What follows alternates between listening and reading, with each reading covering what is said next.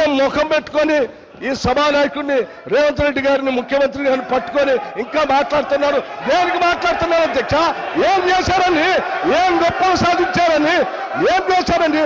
పార్టీలు మారి పరువు తీసి మొత్తం ప్రజాస్వామ్యాన్ని కూలి చేసింది కాకుండా ఇంకా మాట్లాడుతూ ఉన్నారు, ఆవేదన చెందుతున్నారు, బాధపడుతున్నారంటే బాధపడాల్సింది ఎవరు అధ్యక్ష? వెనకాల ఉండే అక్కలు ఇక్కడ ఉండి చెప్పి ఇక్కడ ముంచి అక్కడికి తేలినరు. ఆ అక్కల మాటలు విన్నాడు అనుకో జూబ్లీ బస్ స్టాండ్లో కూర్చోవాల్సి వస్తుంది అధ్యక్ష.